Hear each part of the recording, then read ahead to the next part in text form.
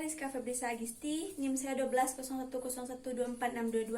Saya berasal dari Fakultas Tarbiyah dan Keguruan UIN Suskariau. Nah, di sini kita masuk kepada pengertian media. Apa sih itu media?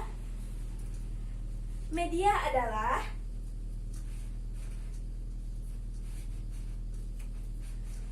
suatu perantara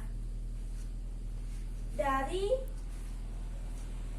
seorang guru kepada muridnya untuk menyampaikan sebuah pembelajaran atau materi pembelajaran. Nah, di sini banyak sekali media yang bisa digunakan oleh seorang guru dalam menyampaikan sebuah materi. Contohnya, di sini ada video animasi, atau dari audio, atau gambar-gambar menarik lainnya. Nah, media ini digunakan supaya siswa lebih termotivasi, lebih menarik perhatian siswa untuk belajar. Jadi jika siswa itu senang dalam pembelajaran, maka mereka akan memperhatikan.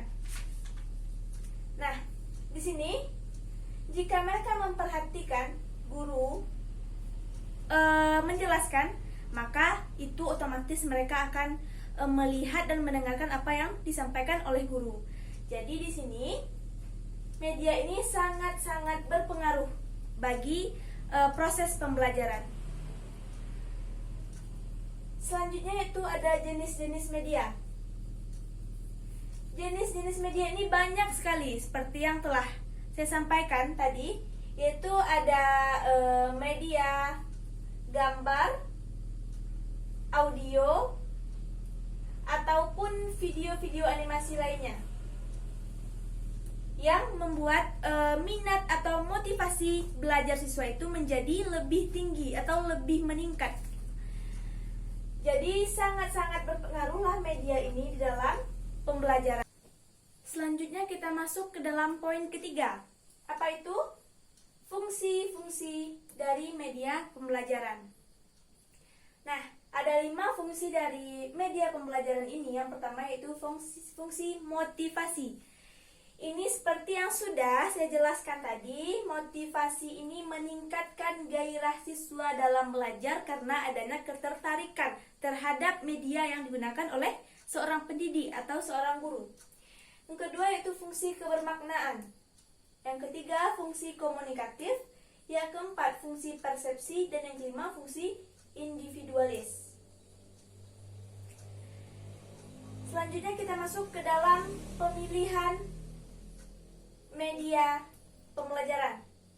Bagaimana sih kita memilih media pembelajaran yang baik, yang sesuai, yang cocok dengan kondisi siswa pada saat itu?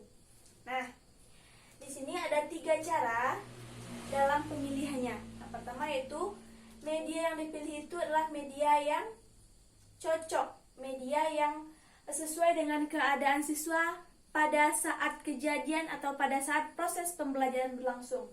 Yang kedua, media yang digunakan itu adalah media yang sudah tidak asing atau sudah biasa dilakukan. Karena kalau kita menggunakan media yang asing atau media yang baru, itu akan susah ditangkap oleh para siswa.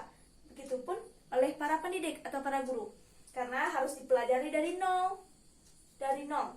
Nah, maka dari itu harus dipilihlah media yang sudah tidak asing, yang sudah pernah digunakan atau sudah dilakukan pembaharuan, namun tentu caranya masih seperti yang lama.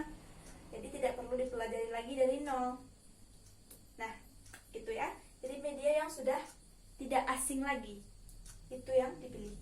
Dan yang ketiga, media yang pilih itu adalah media yang mudah atau tidak ribet gitu. Dan media yang dipilih itu juga harus satu dari sekian banyak media yang telah ditentukan. Dipilih satu media yang sangat-sangat cocok, yang sangat-sangat bisa dipahami oleh para peserta didik kita. Dah, 3 itu cara dalam pemilihan media pembelajaran. Poin keempat, poin terakhir masuk kepada pemilihan, cara-cara pemilihan media pembelajaran. Yang pertama yaitu ada pemilihan terbuka. itu pemilihan terbuka, yaitu dipilih secara bermusyawarah gitu. Jadi semua guru-guru itu berkumpul, mereka membicarakan media apa yang bagus digunakan untuk kelas A ini, media apa yang digunakan untuk kelas B ini, dalam mata pelajaran matematika ini, dalam mata pelajaran bahasa ini. Nah, itu didiskusikan dulu, dimasukkan ke dalam nominasi media apa saja cocok. Nah, misalnya ada 3 nominasi, dipilih dan dimusyawarahkan 3 nominasi ini. Dah, ini akan memunculkan satu media yang paling cocok dan yang paling bagus dalam pembelajaran, yang paling cocok lah untuk para peserta didik ini. Nah, itu ya dinamakan dengan pemilihan terbuka. Jadi semuanya itu berkontribusi langsung dalam pemilihan media itu. Dan kalau pemilihan tertutup, apa itu pemilihan tertutup? Pemilihan tertutup itu adalah yang mana pemilihannya itu sudah ditentukan oleh atas, oleh pejabat tinggi, atau contohnya Kementerian Pendidikan gitu, atau jabatan atas lah. Jadi semuanya sudah ditentukan, sudah diatur, dan media itu disampaikan kepada guru, dan guru hanya menjalankan saja proses atau media yang telah diberikan oleh atasan gitu ya.